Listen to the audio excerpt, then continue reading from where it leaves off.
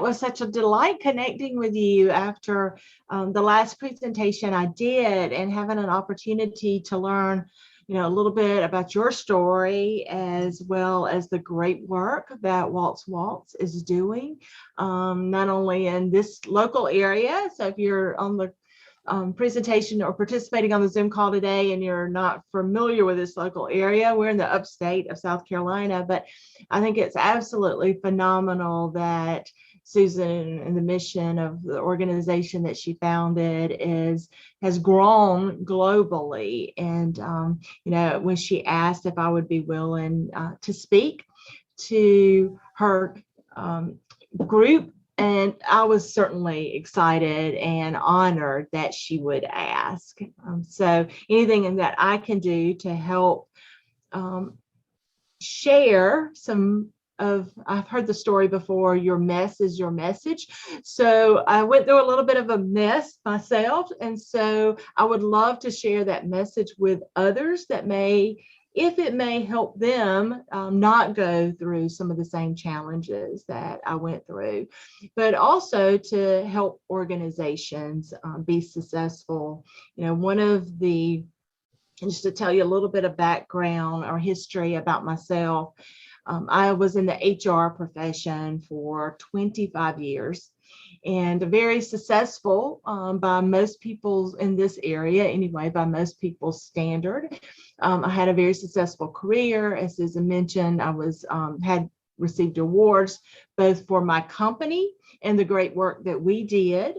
And I was honored to be a part of that great work, but also personally or professionally. I was recognized back in 2017 as the South Carolina HR Professional of the Year from the South Carolina Chamber of Commerce and the South Carolina SHRM State Council. So, that was, looking back, certainly one of the highlights of my career, in that it gave me that sense that all that I had been working towards through the years had paid off and was being recognized by others.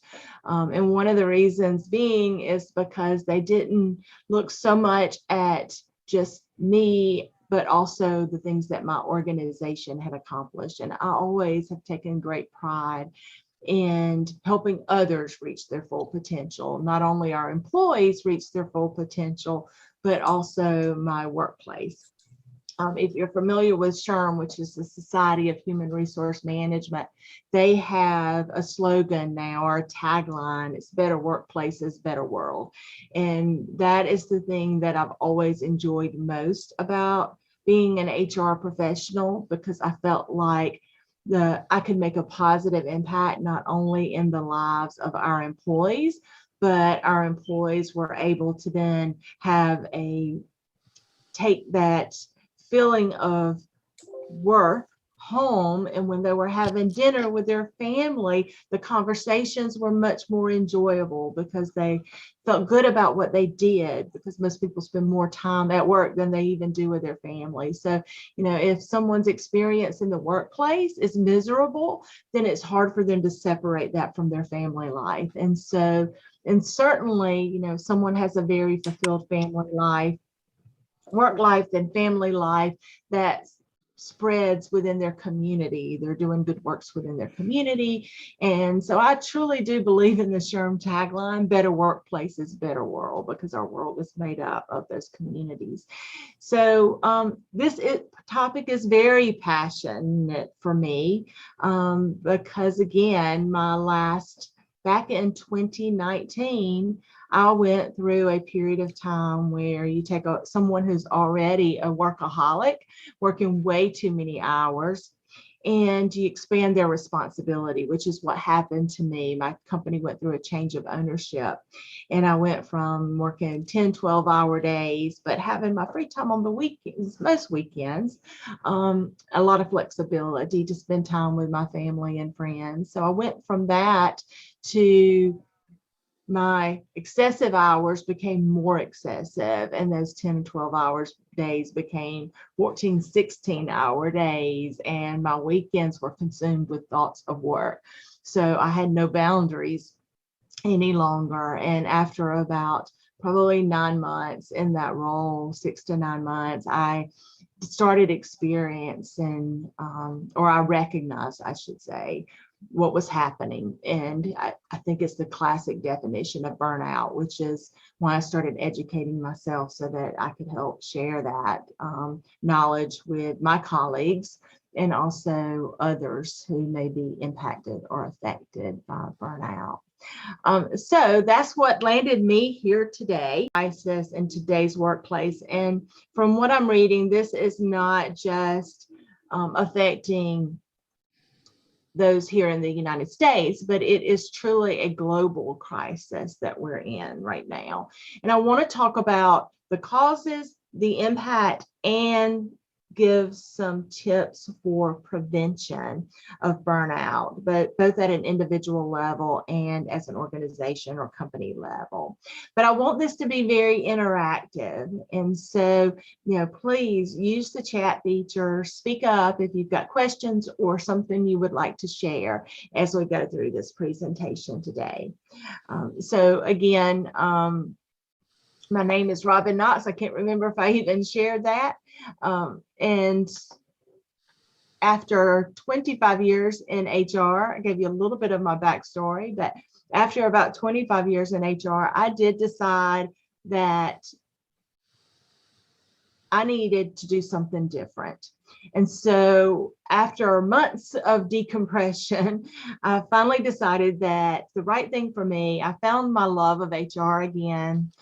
And the right thing for me was to start my own business and tap into that entrepreneurial spirit. So I now have a business called the HR Business Connect, in which I help companies connect their people strategy to their business strategy. I feel like that's the way that I can live out my purpose and my why and my passion, which is to help individuals and businesses or companies reach their full potential. So that's a little bit about who I am, or probably way too much about who I am. So let's talk a little bit about what we're going to now accomplish, I hope to accomplish during today's session. So if I can get over to the right slide, and hopefully it's advancing on your side. Yes. Okay, great. Fantastic. So the agenda for today, I want to define the differences between burnout and stress. A lot of us, or most of us, have some degree of stress in our life. So I want to, at a very high level, explain some of the differences of how you can maybe recognize when it's shifting from just typical workplace stress over to the burnout classification or category. We'll talk about causes, as I mentioned, but also the impact that it not only has at an individual level, but our workplaces as well. And then some prevention tips for individuals and employers. And I would really love to have everyone share anything that you feel like when we get to that point that maybe has worked for you or you've seen work for others. And so again, prevention from an individual level and an employer level. And then we're going to talk about the recovery process. So if you have experienced burnout, how do you begin to recover from that? So I thought we would start by me sharing a little bit about what burnout truly is.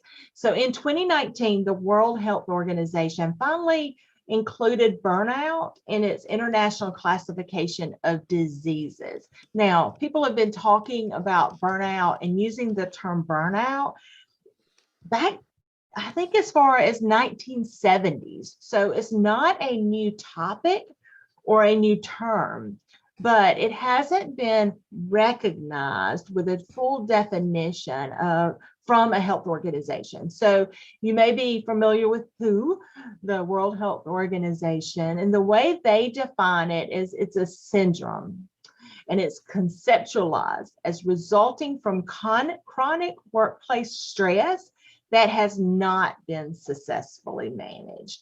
And it's usually characterized by 3 dimensions, one being that level of exhaustion, cynicism, and then inefficacy. So when it comes to exhaustion, what do I mean by that? Because that's something that we typically think of when we think of workplace stress. You know, you may say, oh, I just need a nap, or I just need a vacation. But this is truly a feeling of energy depletion that you've had. And, you know, if you have had prolonged stress in the workplace, you know, your response may have gone from high energy, you know, Monday through Friday to, say, crashing on the weekend.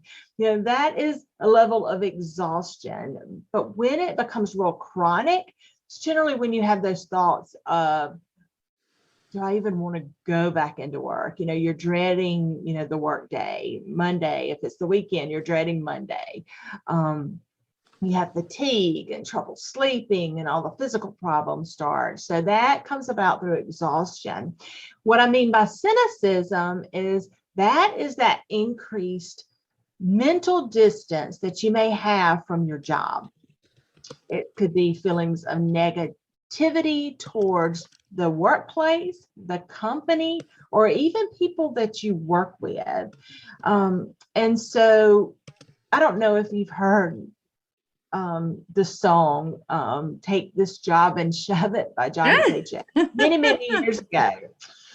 But that's what I think of when I think of somebody reaching that level of cynicism. It's like where you feel like you could just, with one more thing happen, one more bad experience, then you could walk out of the workplace without giving a notice, without having any income or any idea of what you're going to do next, that it has reached that point. So that's what I think of when it comes to cynicism. From an inefficacy standpoint, that term is used to describe our personal feelings of accomplishment.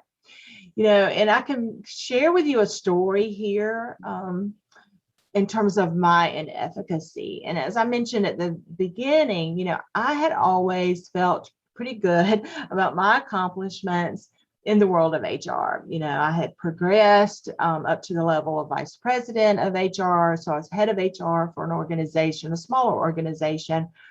And then I moved to another organization where I was the head of HR for their manufacturing division. And that company total had about 16,000 employees. And we had 1,000 employees that I was responsible for across manufacturing. Well recognized amongst my local peer group, had been involved in HR organizations, was the chair of different boards. So I truly did feel really good about all that I had accomplished throughout my career. Won the award back in 2017. And it went from that, someone who had always had a good bit of confidence, to a point where I questioned whether HR was the right career for me any longer. That I started doubting my abilities to be effective in the world of HR. I started questioning, you know, did I really deserve that recognition? You know, how could I help my organization? Why me? You may have heard the term imposter syndrome. Imposter syndrome kicked in, and I started questioning and doubting myself. No longer trusted my abilities. So that is almost a clear definition of inefficacy. You start questioning your personal feelings of accomplishment. So that's a tough place to be in. And but I want to talk, and we'll talk more about that and how you can avoid those types of feelings as we go through the presentation. But I did want to clarify before we start with some dialogue and discussion as a group, the difference between stress and burnout. So stress is often characterized by overengagement. You know, some of us really thrive. I always took pride in the fact that I thought I thrived under stress and pressure, that my work was better, that what I delivered was better. And that went on for about 25 years. So I probably would have characterized myself as having a high degree of stress, but I was able to manage it. And we'll talk about ways that you can manage it later on and prevent it again from going over to burnout. But burnout, when it shifts, it's really then characterized by no longer over-engagement, but disengagement. You start avoiding making difficult decisions, or you avoid being around those people that you feel are pulling you down or draining you of your energy. You start feeling differently about the organization. Being in HR, I've always felt like HR has to or should be the cheerleader for the company they work for. And if you can't be that cheerleader as an HR professional, then it's time for you to move on to a different organization. And so I associate being a cheerleader with engagement. If I'm no longer a cheerleader, then I'm moving down that path of disengagement. So stress, also emotions. When you're under a stressful environment, emotions can be overactive. It's like you're having a conversation with an employee, or in my case, having a conversation with an employee, and I would get so ingrained that I would feel for what they were going through. That empathy was in overdrive. But then as burnout kicked in, it's almost like my emotions became more blunted. Again, I started questioning, is this even the right profession for me anymore if I can't feel that same level of empathy that I've always felt in my career? Stress can produce urgency and hyperactivity, like you're cramming for a big exam, or you're working nonstop on a project, but then you're going to feel that sense of accomplishment once that project is over. But there's that sense of urgency. I've got to get it done. You get in that flow state. Burnout, though, produces helplessness and hopelessness.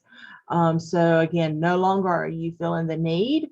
It's like, I could work on this forever and it's not going to be good enough.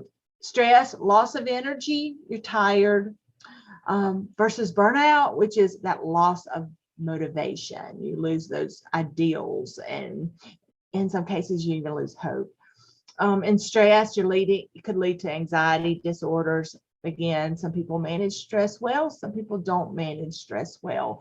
But when it's burnout, it could lead to even more serious health issues or mental health diagnoses, such as depression. The primary damage from being in a stressful situation for extended periods of time is more physical, takes a toll on your body. I gained a lot of weight through the years, to the point that maybe you remember that commercial for some diet medication or supplement that talked about increased levels of cortisol. And, if you carry additional weight around your belly, a tummy fat, then it could be that you're under stress and it's additional cortisol entering your body. And my daughter even said one time, she said, "Mommy, I think you need to order some of that. You have more cortisol in your body." And she was only like 4 or 5 at the time. So that should have been a wake-up call for me, but it was not. But when it shifts from that physical over to emotional, or to burnout, the primary damage can be more emotional. And in my situation, it takes a lot longer to recover from that. It's not like you go on a diet, you sleep more, get some rest, take a quick vacation.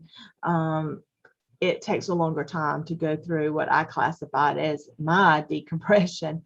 In stress, we all know that stress for extended periods of time may kill you prematurely, versus burnout, which, again, people may question whether or not life is even worth living. Fortunately, it didn't get to that point for me because I took action.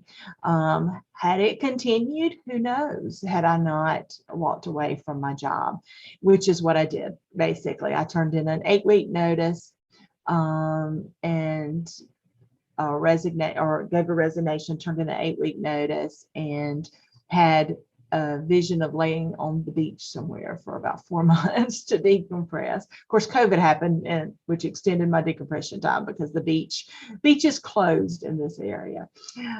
So let's talk. I've got a question for you on burnout. So as we go into this, in 2019, what percentage of full-time employees do you believe reported that they felt burned out at work, either very often or not always? They didn't answer this question as sometimes burned out, but very often or always burned out. So in the chat, if you don't mind typing what you believe that percentage was, 8%, 18%, or 28%. So I'm curious what you think.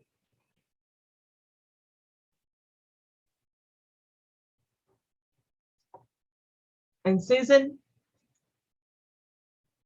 if you don't mind helping me monitor that chat dialogue. So what is the guess? What guesses are we seeing? Yeah, we have a 28. We have an 18.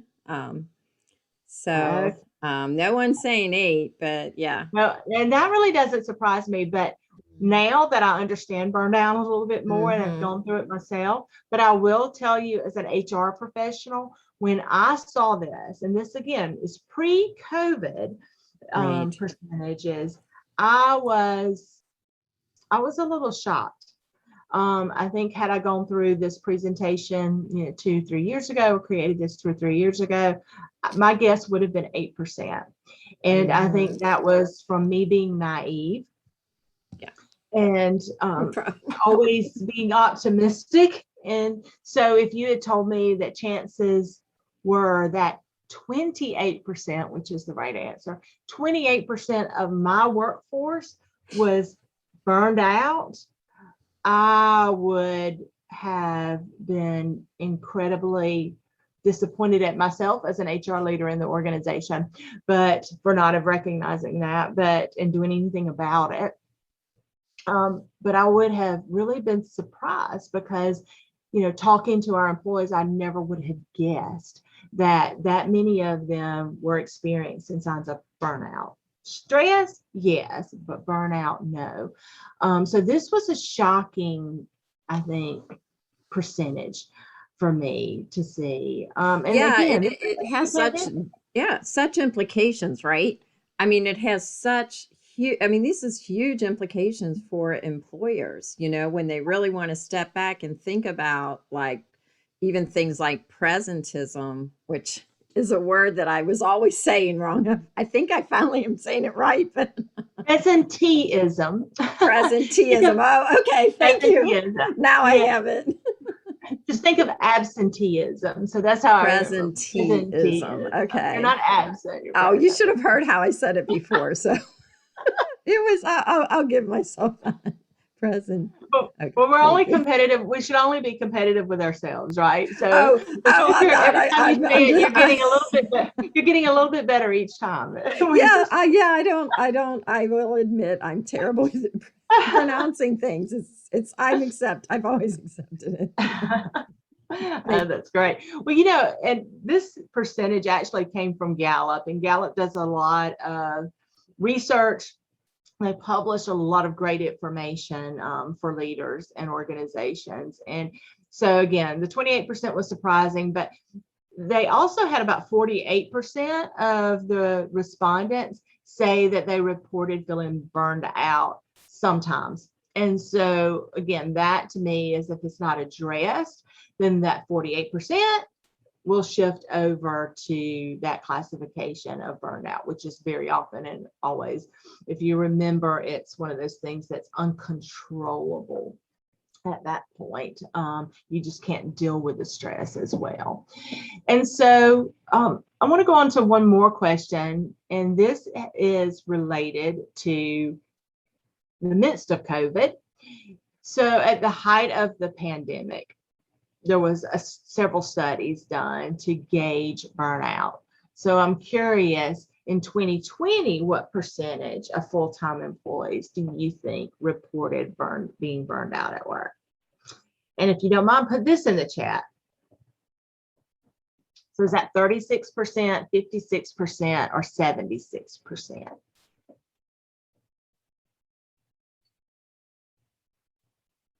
And Susan, what are you seeing as the guesses? Oh, you're on mute. Yeah, thank you. I'm seeing 56, and let me see. Need one more up, and a 76. There we go. Okay. Yeah, so again, pretty good guesses there. It was actually 76%. And that I pulled that from an article by Catherine Meyer. She had written an article in HR Executive Magazine, and it's based on a December study here in the US. This isn't a global statistic, but here in the US, and it was done by a benefits provider called Spring Health. And so they identified 76% of employees that were surveyed. There's also been numerous other studies. There is a group called LimeAid, an organization, and LimeAid they had done surveys for a few years, and so they had surveyed their employees pre-COVID, and they found out that about 42% of their employees were burned out. But a few months later, after COVID hit, right in the midst of that, a pandemic, then that number or percentage of their employees had shot up to 72%.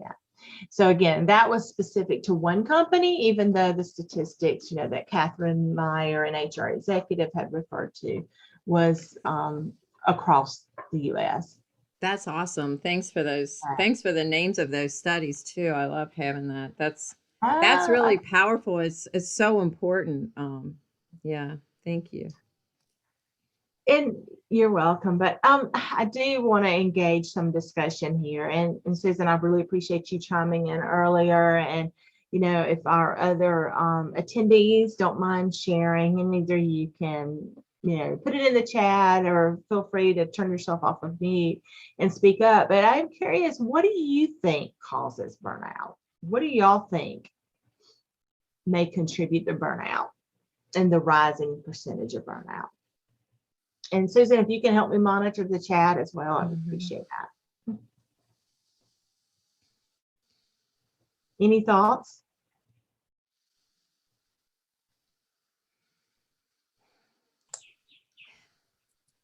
And certainly we talked about COVID. If I may, yes, rather than putting on the chat, I'm more comfortable talking. Absolutely. So I think there can be many reasons, but one of the a core which I feel is organizational culture, and if people feel being valued and respected, then they can adjust to the thick and thin. So for example, COVID time, if the leadership sets the tone that you are valued, you are respected, if we are even decreasing the salaries or doing the layoff, it is because of this and this. So a clear communication and respect and the culture bringing the people first. If it is there, then you are engaging people. If it is not there, then people feel that why am I taking all this stress? And if I'm not valued, the work is not meaningful, I might as well shift. Oh, you are absolutely spot on. And thank you for sharing that. Those are definitely some of the causes. And there's someone I'm going to talk about who does a lot of research on burnout here in just a moment. And I think you hit several of the causes that she would say based on her research. So thank you for sharing that. And yeah, I noticed in the chat as well that Shayla has shared too many expectations from the organization and not being valued as well. So great. Is there some... Robyn, I was wondering with also, it seems like we're hearing a lot about the idea of when someone is at home, they're working even more hours as well. And so I was just wondering, was that also a factor with COVID because like they weren't turning it off kind of like, they just keep, because maybe they were used to, and also like those social aspects, even just, I suppose those interplayed as well, but. Absolutely. And, that definitely contributed to the rise this last year, the shift to remote work. That was a significant change for a lot of individuals, certainly. And one of the things that people lost during that time were their boundaries. And I'm doing a presentation later this year with a psychotherapist. She's a clinical psychologist, and she talks about bookends. And I love that analogy because I related to that when I first heard her speak. You know, again, I've always worked really long hours myself, and I would even bring my work home occasionally. But for the most part, I preferred to stay in the office, and I had a pretty long commute, but my drive home from the workplace would be my wind down. You know, I could think through, process everything I'd accomplished or didn't accomplish. And then when I got home, I was able to separate myself from the workplace to my personal life and my family, and could go to sleep comfortably at night. So even though my day may have been long or the hours that I worked may have been long, I had a bookend. And one of the things people lost during COVID and so many people working from home is that there wasn't any separation between work and home for so many people. And so their hours became, in many cases, even longer, but they didn't shut off as easily had they had some kind of maybe even a commute to and from the workplace. So that's a good observation, Susan. So the Harvard Business Review published an article back in February, and it was titled Beyond Burnout. And it has a lot of great information. So if you want to learn more on this topic, I encourage you to look that up. But that article was published by Jennifer Moss, and it quoted research that had been going on for more than 30 years. And according to those burnout researchers, Christina Maslach, if you look her up on YouTube, you'll see a lot of like TED Talks and that she's done through the years on this topic. But she and Susan Jackson and Michael Leiter identified 6 main causes of burnout. So I thought we could talk about those. One being an unsustainable workload, and that's a little bit about what you were talking about, Susan. The number of hours people were actually putting in during COVID and working from home. So Gallup analytics show that the number of hours people work each day may not be as much of a factor on burnout than some of these others, the compilation of it all. So if you really enjoy the work that you do, like now when I'm working for myself and I'm building a business, I may have periods of stress and I may be working a lot of hours, but it's on something that I really, really enjoy. So, and I'm getting to sort of set the tone and control over what I'm working on.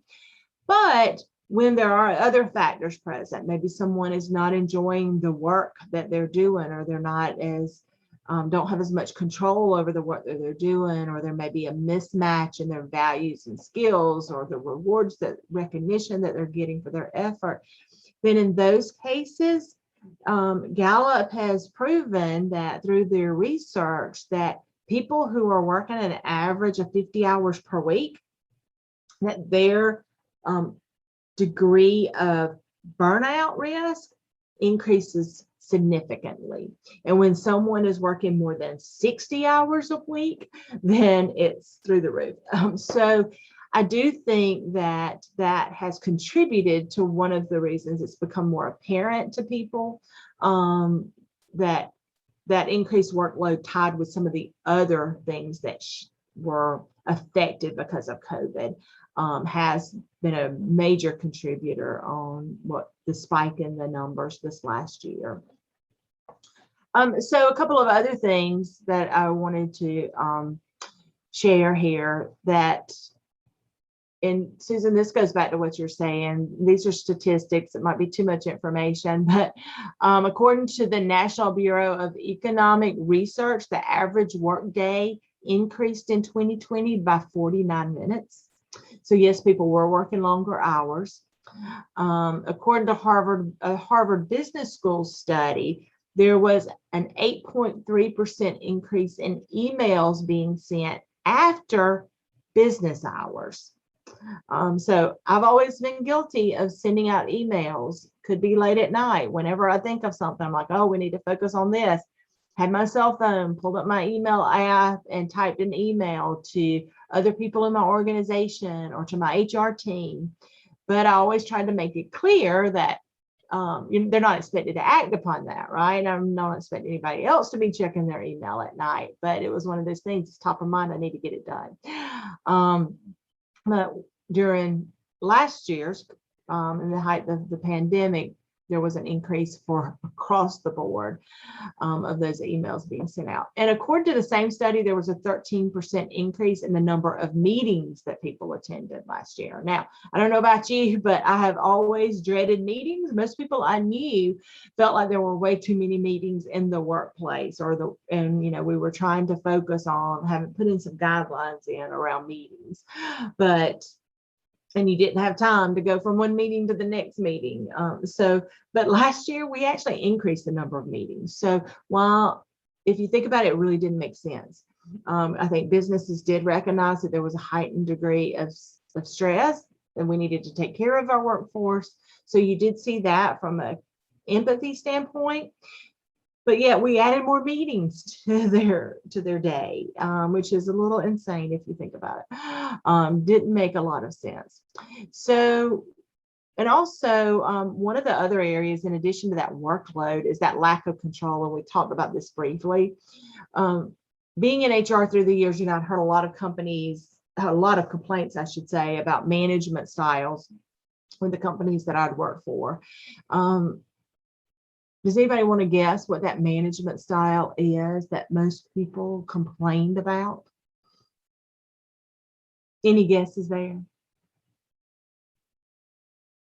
Well, it's micromanagement. That's what I was going to say. I am not. I think, yeah, that's an awful feeling. Well, it's crazy how we want to hire the best and the brightest for our open jobs. We want people who are very talented and who can take our organization forward to that next level. And, because we know the importance of hiring good talent, but yet we bring them into our organization and we don't allow them control over their own job. We put them with managers who hold them back instead of letting them blossom. So, but that was probably the number one complaint I would get. If somebody was complaining about their manager, it was because their manager was a micromanager and did not give them control over their work. We told them every move to make. The other thing that causes burnout is that mismatched values and skills. So, maybe you're not doing work, if somebody's not doing the work that they're passionate about doing, or, the type of work just leaves them feeling that there's no meaning to it. So having a person in the right job for them and their skills and what they value is critical. I did a session on onboarding, and one of the points that I made was that a successful onboarding program should really start pre-boarding, and even back as far as writing the job description for the position that a company is hiring for. Because a lot of times people come into a job and they are expecting one thing, but in reality it's quite different. Or the interviewer gave them such a sales pitch trying to recruit them that they set up some really false expectations or a false narrative about the business and how people were treated. And going back to Rosina's comment, they maybe had explained the culture and only highlighted the great things about the culture. So when someone walked into the organization, there was a shock factor that hit in, and that person realized in short order that it wasn't the right company for them. But some people could afford to leave. Some people can't afford to leave, and those that stay may go through the feelings of burnout because there is that mismatched alignment. The other one is insufficient rewards for effort. So, you know, most people think about only compensation and benefits when you talk about rewards, but really this can be the intangible stuff as well. People saying thank you, you know, you're feeling like what you're doing day in and day out is appreciated or recognized by others. You know, one thing I would have told you a couple of years ago or a few years ago that was rewarding for me in the workplace was that every hour of every day, I felt like I was accomplishing something. Whether someone told me that or not, because I could see the fruits of my labor, so to speak. But it also felt really good when someone said, oh, I went home and I told my family about this great thing that we did here, or this activity that we did, or this wellness program that we're doing, or somebody said, you know, I just lost 30 pounds. I feel great. Never felt this one good in my life. And, you know, those kind of things were so rewarding for me. And so it's not just about, you know, the effort you put in and whether you're paid for that effort, but are you seeing the fruits of your labor? Or does the company make you feel appreciated for the things that you're doing? So, and one of the statistics I'll share with you here is going into that next bullet on perceived lack of fairness. You know, if someone, I think it was Gallup again, that did a study a couple of years ago, and when they found out that when employees strongly agreed that they were often treated unfairly at work, then they were 2.3 times more likely to experience a high level of burnout. So perceived fairness in the workplace is another critical element of the causes. And that can be things like, you know, all kinds of workplace issues, perceived biases, discrimination, is there favoritism, you know, who's being promoted versus who isn't getting promoted. Are we applying our policies fairly and or consistently and fairly across the board? So the last one that I'll mention is lack of supportive community.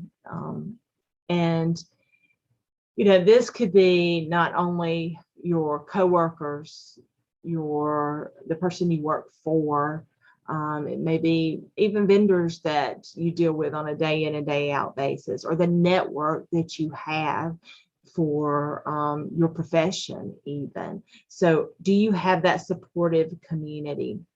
There's a gentleman named Chris Hogan who talks about every person needs a friend, a cheerleader, a mentor, and a coach in their life. So, you know, do you have those people in your life who are bringing you up, versus are you surrounded by people throughout the day who are negative, who are more toxic to your department or to the company? Okay, anything else that are there any other main causes of burnout that anyone would like to share?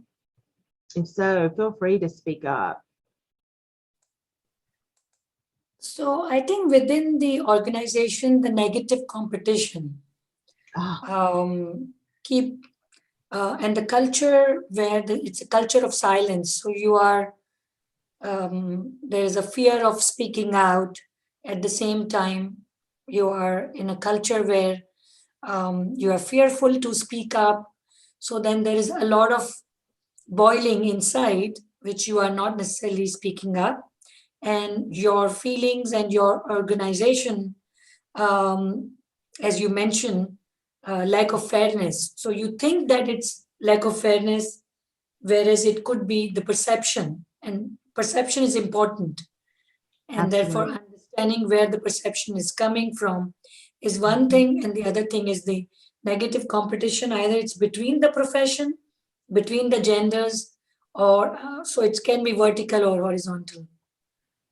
Oh, that is a great observation. And, a lot of times we'll use that term, politics in the workplace, and what's going to be the consequences of you speaking up? Is it that you do have, like you said, you have that culture where that's valued because you're considered a key part of that organization and everyone's opinion matters? Or is it that it could negatively impact your future with that company, maybe because someone has a differing opinion than you have? And so, yeah, that is a great observation there. Culture, again, is so very important. So, for example, during the COVID time, we are from a private sector, and then there is a government sector. So nurses who were frontline and doctors who were frontline, in the government sector, there were some rewards which were announced. Whereas in the private sector, we took the salary cut. So nurses kind of felt that though we all are working more hours, we are putting ourselves to risk, families to risk, we are frontline workers, and some are getting more remuneration and rewards and awards versus the others are getting a salary cut. Oh, so yeah, that crossed over a few of these then. So that perceived lack of fairness, right?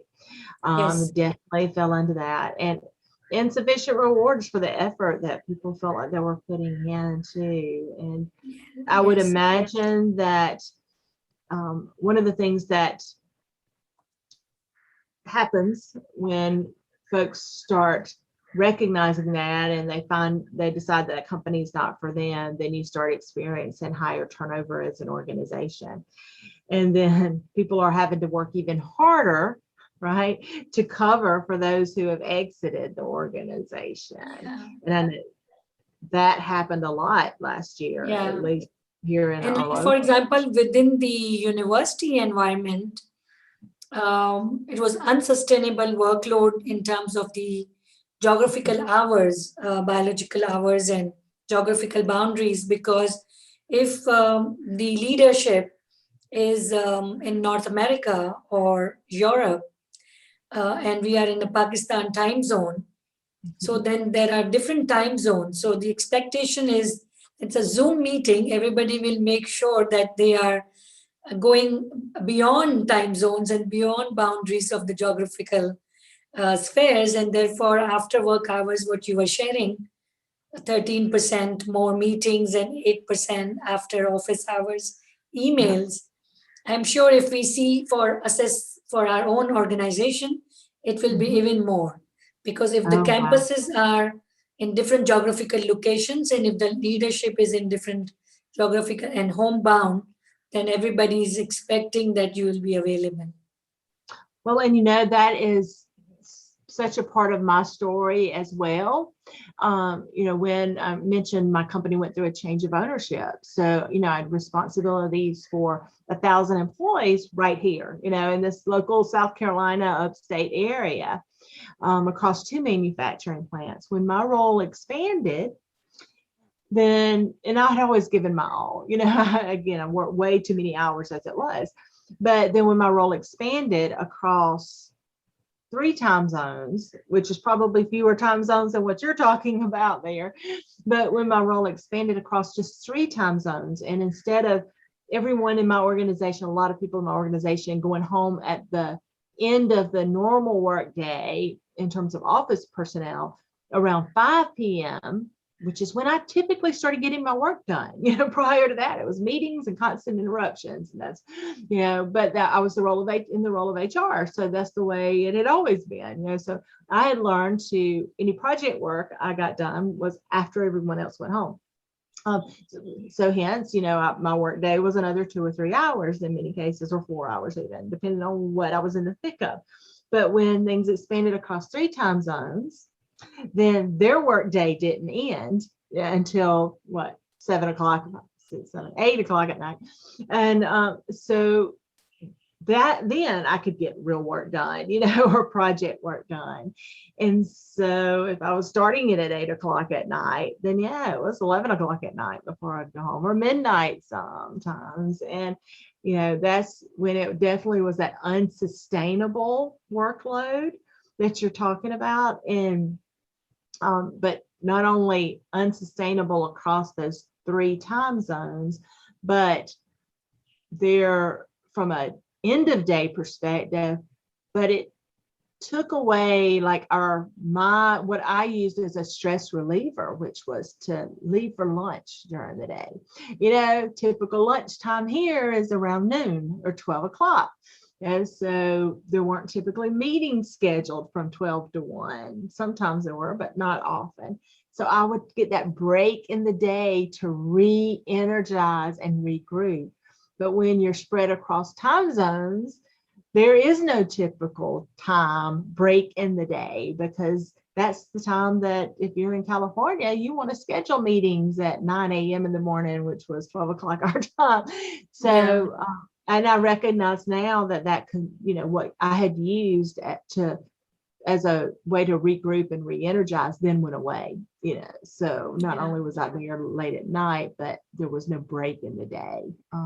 So some of the consequences certainly is our trickle down effect to the group of people we work with, because it's less sleep, less food, or less oxygen, more digital work, more screen time, less exercise.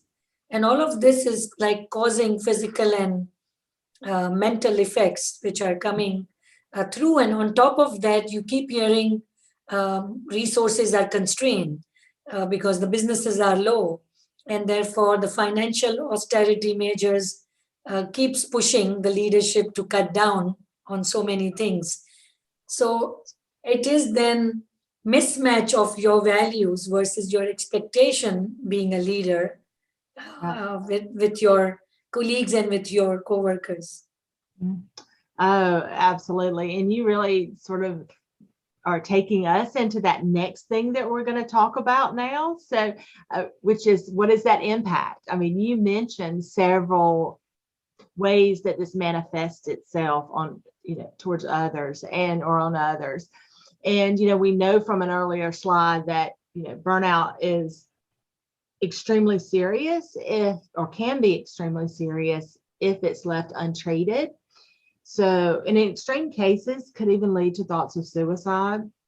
So I want to make sure that we do have a fairly complete list of what are those burnout symptoms, so that people can we can all recognize those potential signs. It's a great point. I mean, we do, I've been fortunate that I've worked for some really good leaders throughout my career. And I remember one of my CEOs, there were oftentimes I could just go to him and say, I think we need to do this, and it's the right thing to do. And he would say, go for it. And there were, just do it, talk about having control.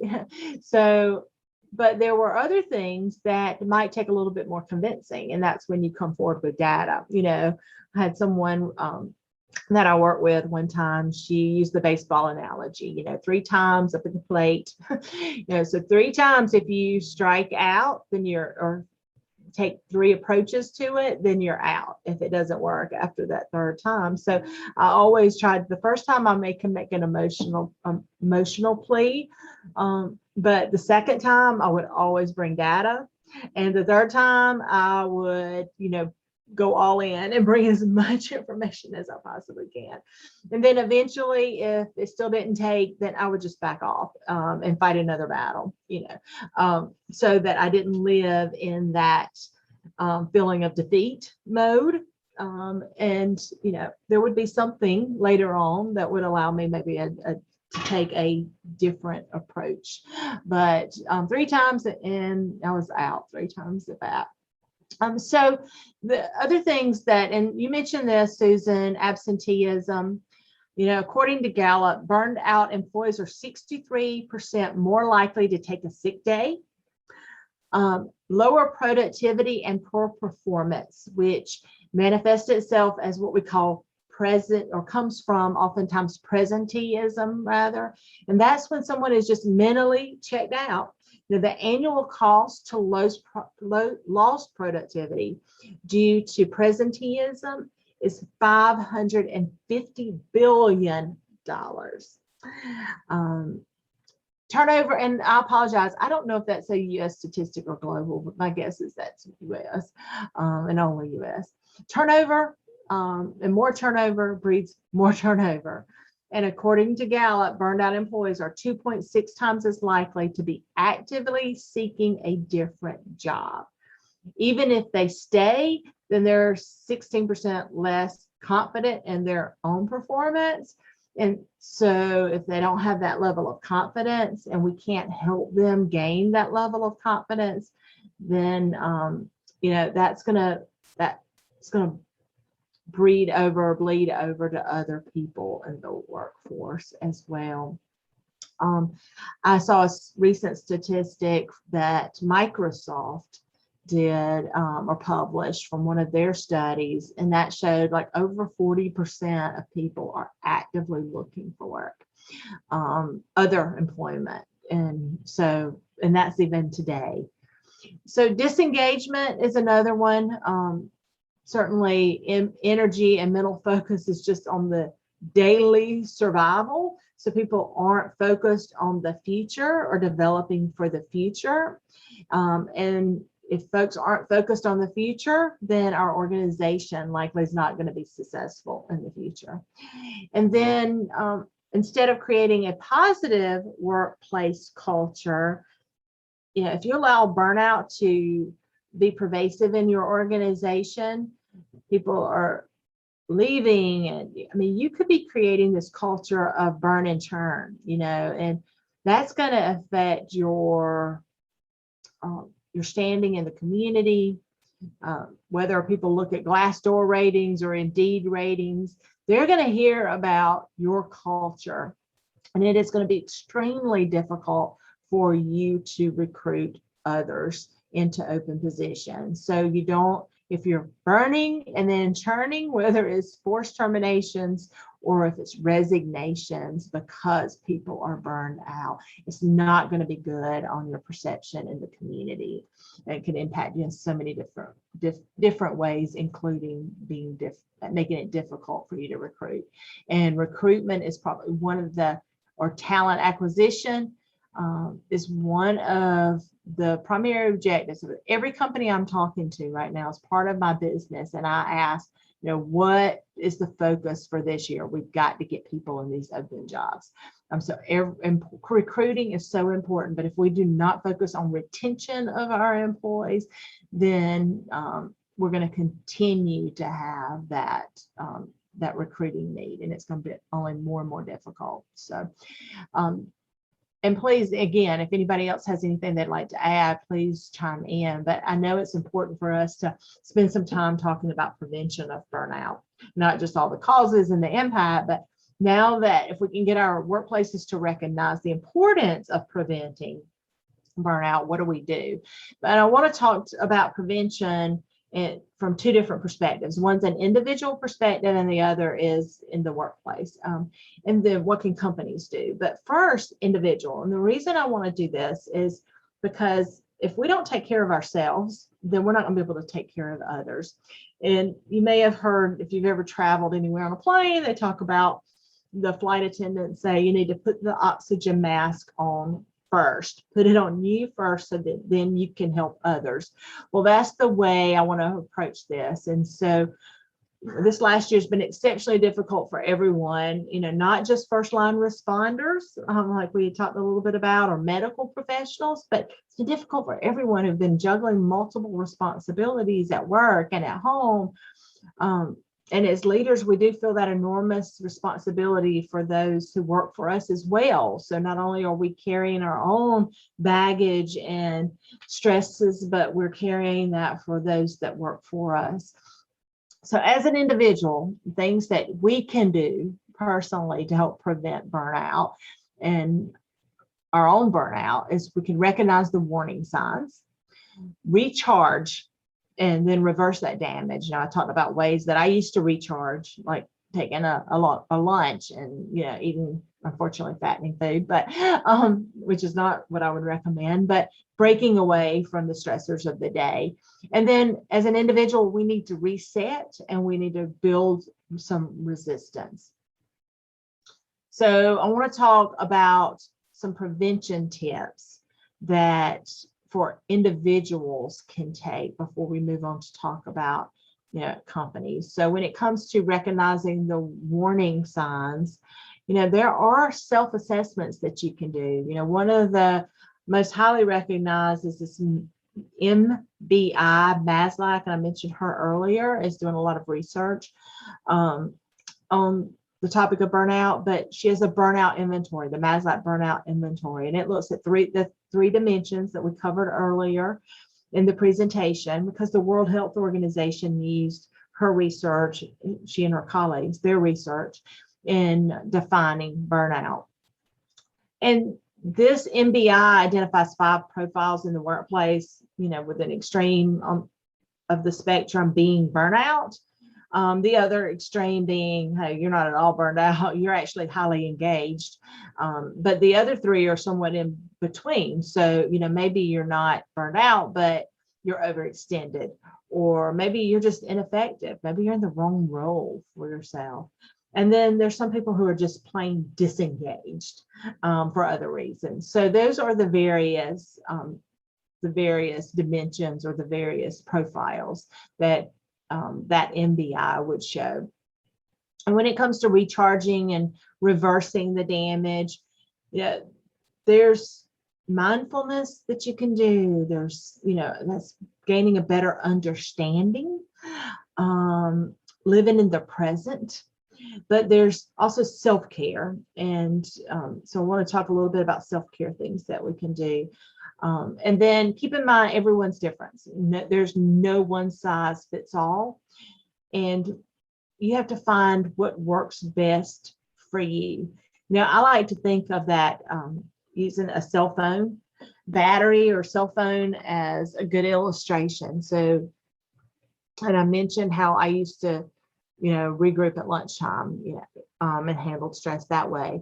But, there are some times when you just need 5 or 10 minutes, maybe it's that deep breathing you need to do, or to get up and walk around, enjoy some sunshine. Just like your phone, occasionally, it may drain, but it doesn't take but a quick charge, to get you 40 or 50% that's going to take you through for the next couple of hours of work on your cell phone, So sometimes our own batteries a little bit like that. We just need that quick charge like our cell phone. And so don't neglect that opportunity for a quick charge. Again, deep breathing, meditation, those types of things work wonderful. A little bit of exercise works wonderfully for that. Other times you may need a more full charge. You may need to, like, you plug your cell phone in overnight. So that could be a vacation. You've got to take a vacation day. Some companies last year instituted what they call mental health days, recognizing that people need those breaks. Some companies even built in like a, meeting-free day, into their work week, so that people could get that break. So to me, that's more like a full charge. Maybe take a day off. Other times you may need a complete reset. And you may need to take more time away. So you power your phone down, for example, and sometimes so it will work more efficiently for you, and then, fully charge it after you powered it down. And that could be taking that week off. That could be it unplugging from your stressors in life, and enjoying your time away versus staying completely tied to the work via email and cell phones, which I've been guilty of my entire career, never fully disconnecting. So sometimes you need to do that as well to get that full reset. So what are some other ways, I'm curious, that y'all have found helpful? Susan, you have anything that you Yeah, have well, found? sometimes I like will take a walk. Like I would just get out and walk. And I walk barefoot usually, which is a little bit unusual, but I walk barefoot, just kind of, um, and just to kind of break away because I find myself in particular because I do soon I'll be working 2 jobs again and I will be extremely busy. And when I hear self-care and things like that, I'm like, okay, Have you really time. need to do something, and Yeah. because I would work and then work and I teach online. So, and then I would do a lot of work online or presentation. And then I would end up on the couch, just like staring. My boys used to call it slug mode. I'm just Oh, like, yeah. they'd like, kind of get their finger and, like, poke at me. That's the word. And Yeah. I'd be I like, love it. even when I taught in brick and mortar, because I'd give it like 1,000%, I would come home and there would be nothing left, right?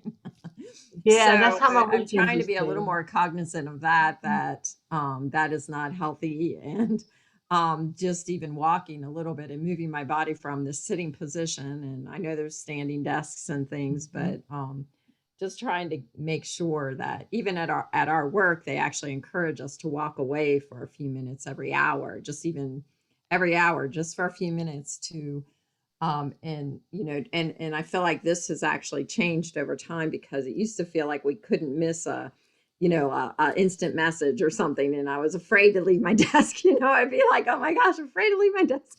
And they're recognizing this as well, as to get up, move around a little bit. You have to do that for your health as well. So I'm getting ready to begin again to work my second job. So, or my So you full-time job or whatever. definitely So take time for I yourself, am right? really trying to figure this one out, but yeah, Okay. it'll work. It all seems to continue to work out. So Well, and a few other things. I mean, I think surrounding yourself with the right people, right? The limiting contact with those that's true. negative individuals who may bring you down. Mhm. Spending time for that 5 minutes of that you may have. Maybe you go and you speak to someone who always makes you feel good, that has that Right. smile on their face, and it's contagious, right? So yeah, people. That's powerful. Being around someone positive, it really can change you. I know for myself, when I speak to some people, just for even a few minutes, suddenly I like have this, because I enjoy, but both of my jobs I feel are like missions, and so it's like this resurgence of energy, Yeah. that like, wow, okay, I feel good now, or even just it's a reminder to anyone who's listening to this to send kind notes to people about what their coworker or friend or someone means to them. And you just don't know how much that can make their day, right? Because we know it makes our day. We laugh at teachers. We always talk about, being constructive, but also giving positive comments and things. And we say, we know that's true, but we forget too how much we love that, and I always try to say, yeah, it is important to the kids, because think about when you get observed or whatever in a business or place of work or wherever, and someone pays you, a compliment or notices something, just a friendly little note, what a difference you can make in your workspace and the life of a human being as well, right?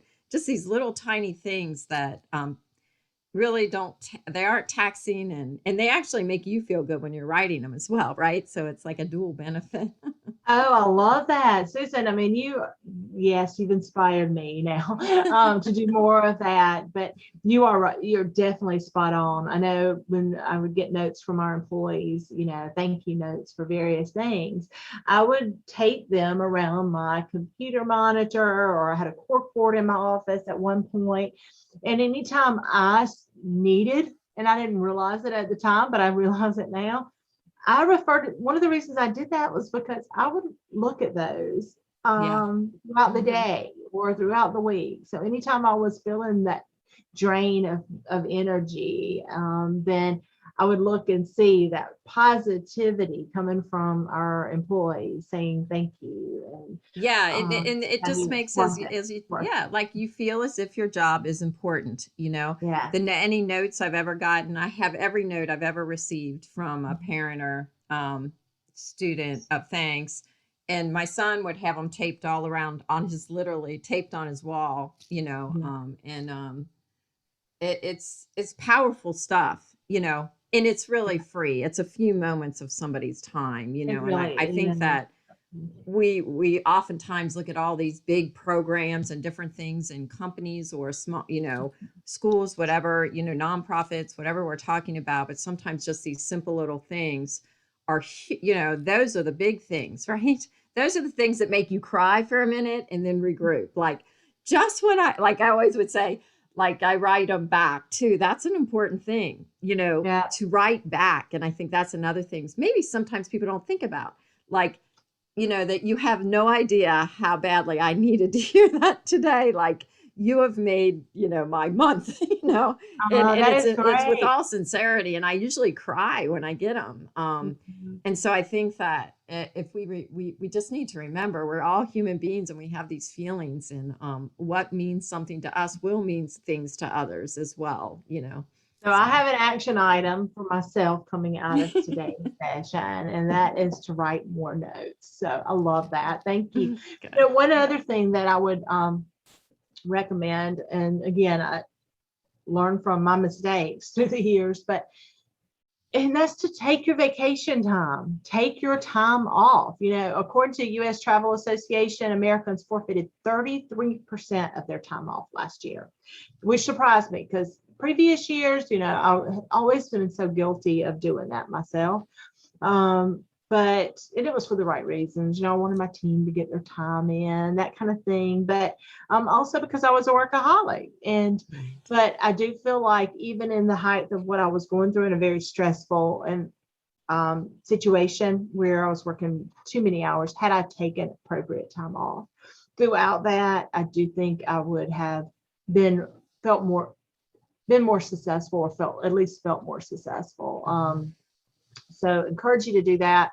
Evaluating your priorities, you know, what's most important to you in life, setting boundaries, like we talked about earlier, bookends, however you want to refer to that, taking that break from technology, you know, having that relaxation time that's in your happy place or with the people that feel you, like we talked about. And I wish I had known earlier in my life the importance of sleep. Getting the appropriate amount of sleep. You know, after I quit my job, I started sleeping better at night, started eating better, wasn't under the stress, and the weight fell off. You know, I lost like 35 pounds. But I think a lot of it is that combination is taking care of yourself, or myself, what impacted me, and just breathe, you know, and making exercise a priority. Those are some other tips I would recommend for individuals. But I also want to give tips for the workplace, certainly, because, you know, I think it's important for us. I mean, Susan talked about how we can, as an individual, regardless of our role, how we can maybe make someone's day a little bit better. But, you know, as an organization, we have a responsibility as companies to not put the onus on the employees for their burnout and what they can do, but we need to, as an organization, take responsibility. So these are the 3 Ds that I'm calling them. We have the 3 Rs for individuals, but the 3 Ds for organization. And this is diagnose the issues that's causing burnout within your company. Develop and equip your managers and leaders to recognize the warning signs and how to respond effectively to those, and design a culture of well-being that extends throughout the entire employee life cycle, not just when someone is demonstrating or showing signs of burnout. And so if you talk about how we can explore this a little bit further, and I know we're way over time, so I probably need to just hit these highlights here, but a few things that I wanted to mention is, again, when you're diagnosing causes of burnout, tie it back to those, or diagnosing burnout within your organization, tie it back to those 6 factors or 6 causes that we talked about earlier, and assess how your organization is doing in those 6 areas. And if your organization already does like an annual engagement survey or job satisfaction survey, chances are you've got the data to look at. You may have never looked at it through the context of whether your employees are being exhibiting signs of burnout or are at risk for burnout, you probably have just looked at it to get that percentage of, satisfaction. But look at it through this lens, and evaluate each of those causes carefully.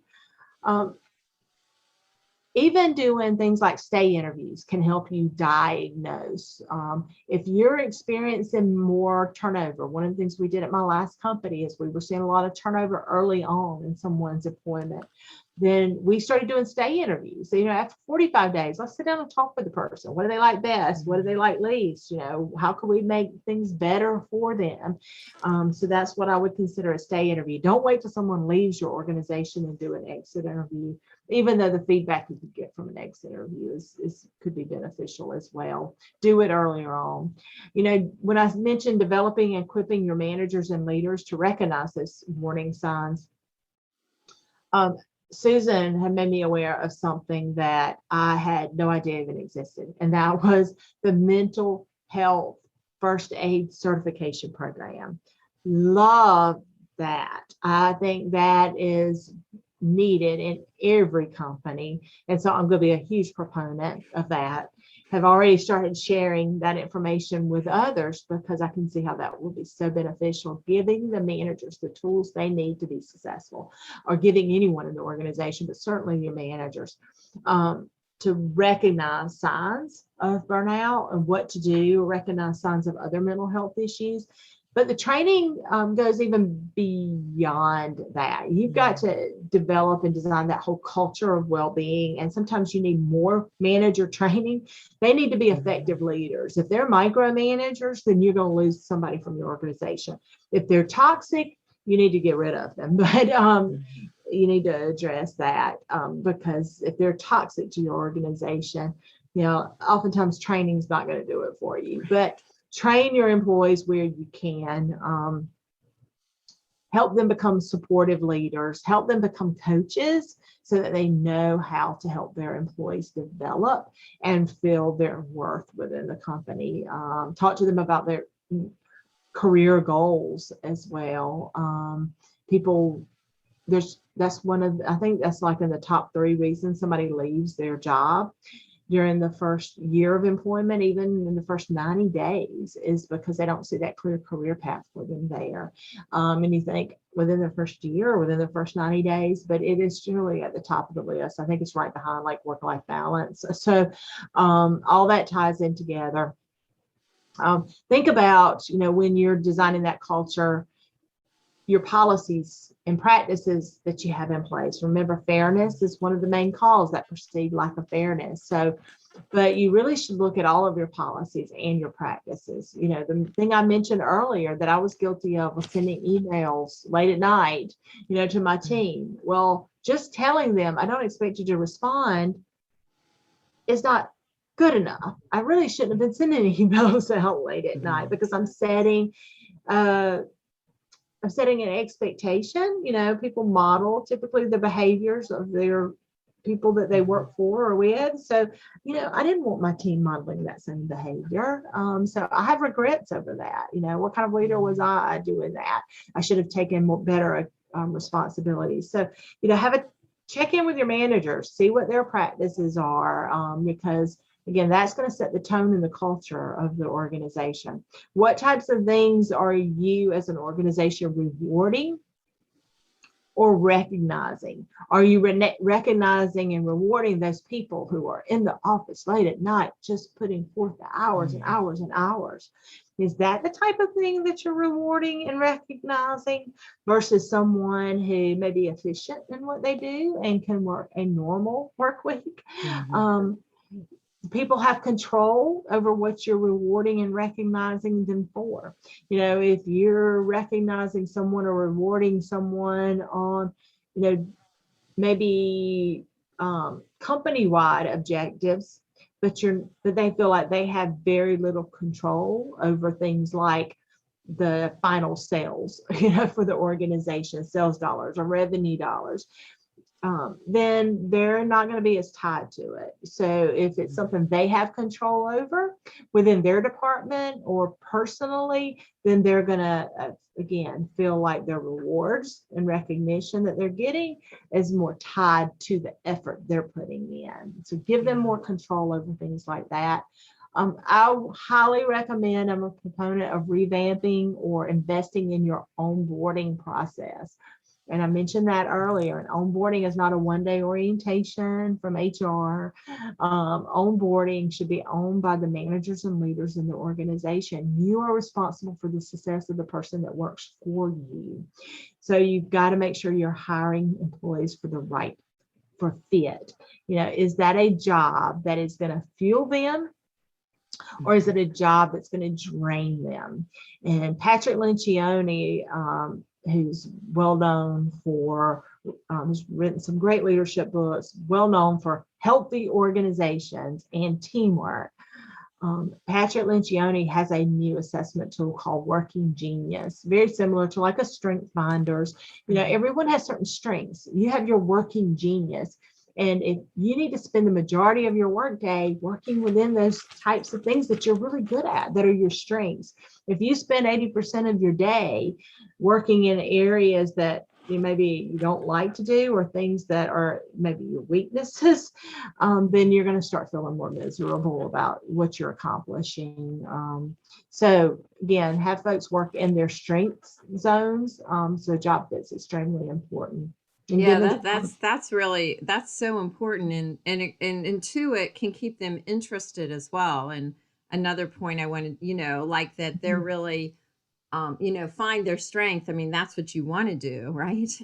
Play to your employee's strength, and don't have them do so much multitasking that they're unable to even focus in and hone in on what their power, or their what they're able to contribute the most to the company, of maybe why you started to hire, you hired them to begin with. And the other thing I wanted to take note of is, I know this happens in all professions, that sometimes I have had an educational background, so the idea of working so much oftentimes is rewarded, because oftentimes we would hear it's all about the children. And so when you take that to heart, and it is all about the children, but you can work so many hours that you do exhaust yourself, and you are rewarded for all these extra hours. You usually oftentimes are normally not paid in the teaching profession, and often other professions as well, if it's salaried and things. And I think that it's very easy, especially people who want to try their best and things, they will keep continuing to take more and more on. And then there we come back to the equity issue and the burnout and things, because after a while, it's like, well, this really isn't equitable, right? Like, I'm doing twice as much as somebody else, and we're having the same paycheck, or even just, this isn't healthy, period, but it's I think oftentimes easy to do that, because certain things can be done, and there are these conscientious people, and my son was one of them. I am one of them, and dependent upon your mission, it can really greatly harm people who are really your best employees, right? The ones that are just really working so hard. I know my son was so brilliant, and so much of what we did is some of the multitasking type things, and all the things I wish I would have known. This is one reason why we started this organization. And this idea is so this is extremely important, just for the mental health and wellness, and just general health period of people, physical and mental, and happiness, right? And what I mean, like, we don't want people to feel stressed and anxious or depressed all the time, and we want to live this life that we have right here. And I think sometimes we kind of forget that, and we just get into this mode. And I'm hopeful that this COVID and things have kind of, at least they seem to have opened that door for these types of discussions to take place, because how can they not almost right now with, like some Absolutely. of those percentages, like 76% or 78% of the people are burned out, and we're seeing these mental health the studies of so much anxiety and things. So Yeah. And I think one of the things, information is very timely, and important. yeah, one of the things that brings up too is the value of an employee assistance program within a company too. And so if the company is not offering that, that should be a change they would really consider making to their overall benefit package. And employee assistance programs who may be more well suited, I love the first aid certification, mental health first aid certification, but part of that is you may recognize, but then you can maybe recommend someone get additional treatment, right? Or help. And employee assistance programs are a great benefit for employees, but not only employees, but their family members. I used to tell our workforce, I said, if you've got a teenager who's struggling to find themselves, refer them to the employee assistance program, because most employee assistance programs are for anyone living in the household. And we know that, how one person in a household is feeling can affect everybody else in that household.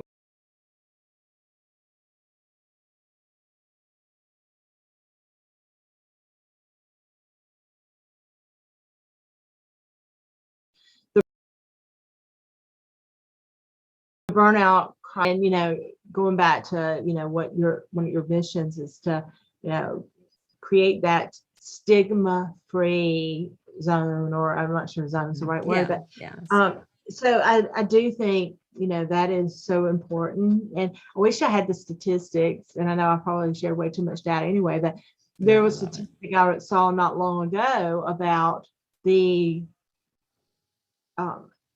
I think it was for millennials in particular, that the weight that it carried for their decision making in terms of what company they went to work for, the weight that they placed on companies that had a strong focus on mental health.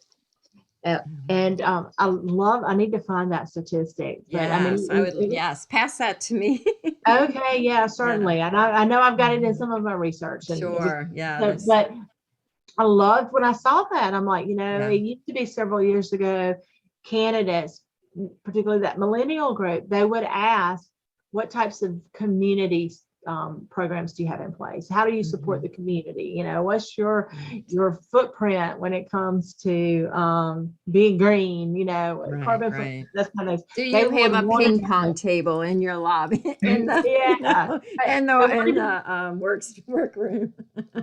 Yeah, no, I didn't get that one, but I did get a lot of questions about the company's philosophy on giving back and to the community and to the world at large. But now seeing that seems to have shifted even more, and it's like, do you take care of your employees and their whole self, including their mental health? So, that's so I think that's really wonderful. Important. So one other final thought that I would like to just put out there is that in addition to you don't want like as we talked about, mental health to be a taboo topic within your workforce, so you want to create that culture, but recognize there are people in your workforce that have a difficult time talking to others about stressors, and particularly if they're work stressors. And those are people who are in those leadership roles, like your CEO or your head of HR, where they feel like they carry the weight of the organizations on their shoulders.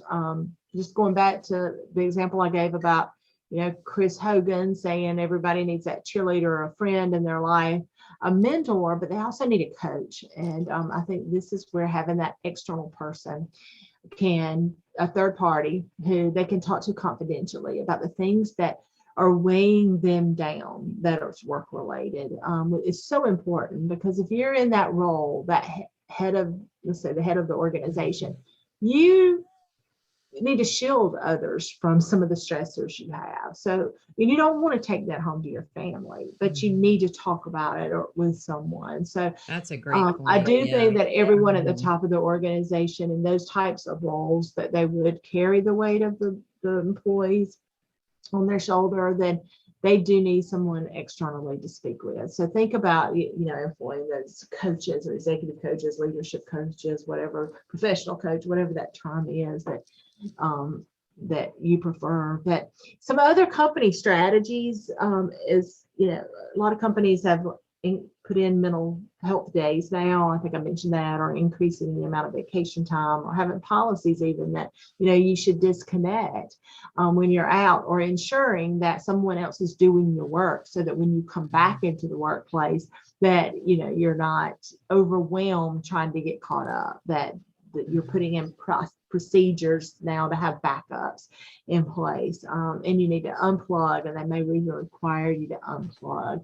And a lot of companies certainly require you to unplug if you're out on a disability type leave, but now they're starting to say that when you're on vacation as well. And I'd love for us to have more conversation about prevention tips. And again, I know we are like running way over, but I do want to say just a few things. If somebody is already experiencing burnout, is there hope?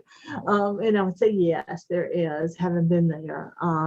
The first thing you need to do is recognize that you may need to seek professional assistance. I didn't recognize that need, but had I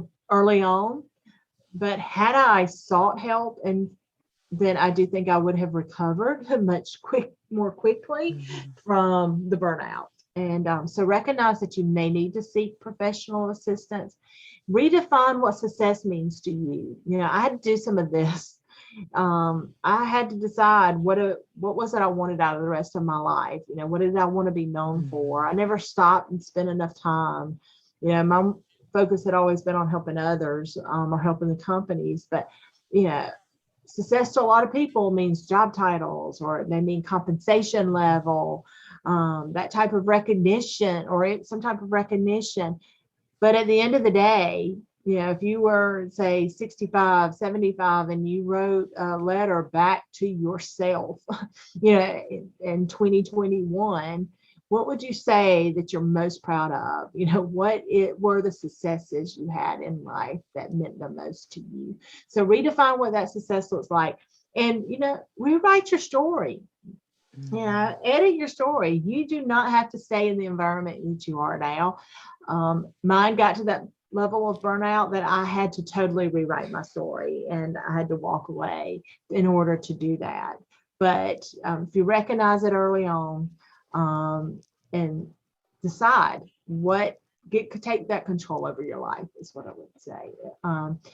And that's what I mean by that one. So those are wonderful. I love it. I love those tips. Yeah, that's actually a beautiful thing, to think about, actually, because sometimes we feel so stuck. We feel we can't make a change.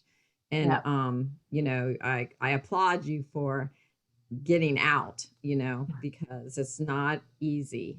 It is not easy to leave. Yeah. Some people would say, why didn't you just apply for another job? Why didn't you just move on to another company, start putting in your applications? But I think mine had reached that point where I couldn't even think clearly about what I wanted to do next. And, if somebody recognizes the signs earlier in the process, they can start taking those kind of actions. Absolutely. I waited, but I was such a loyalist, I made a commitment to the employees, I'm here for the long haul. Right. So and you care, right? You cared. You were really, you were committed. But I ignored myself. And then they, and this is what happens. Then we lose these great, some of the best assets that we have, because we're not recognizing it within the company, or so I mean, it's absolutely something to be so aware I do think it can separate an average company from a great company when companies start taking the steps needed to ensure their culture, their workplace is stigma-free, as you mentioned, burnout-free as well. So that's all I had that I wanted to share with the group today. And I know we've had a couple of folks, Susan, who had to jump off the call. Were there any questions in chat, though, that you think I needed to hit on or answer before we end today's session? The- I think that right now we are good, but I would love for you to give us your information, for people who would Absolutely. like to contact you. If you could let us know that. And I don't know if you have a slide with that or if it I was in the do. beginning. Yeah, Hmm. I certainly do. And this is my contact information. I encourage anyone to reach out to me if I can be of any assistance. As I mentioned, I did start my own business where I focus on consulting, HR consulting, more in the talent optimization area, which is to ensure you've got the right people in the right seats and they're feeling inspired Right. and engaged and so about their jobs that they're doing. So a lot of what I do is to help guide companies and work with those individuals who they have within their Yes. organization as a coach or to do some leadership development training for them. So Yeah, I those can are see it's be so valuable, Robin. You are a whiz at this. You know so much. You have so many years experience, and no wonder why you won that big award and things. And uh, I'm glad that you are doing this consulting work now because I think it will just help so many people. Having such depth and breadth of background, and also having a heart, right, and empathy and compassion for the workers as well, and understanding how it all interplays is rare, I think. So we're so grateful that you took the time to actually present for Waltz today. When I had seen you the first time, I was just thrilled that you said yes when I asked, because I was like, oh my gosh, we have got to have her on because this is such an important topic, and so many things we know so many things, right? But the things that are so important to the quality of our life, and also just the operations of our business or whatever, are so important, yet oftentimes they're neglected, or we're not even really aware of them. We get into a mode and just, you know, so we really appreciate all these tips and all the information. So oh, thank again, you so thank you much, so Susan. much.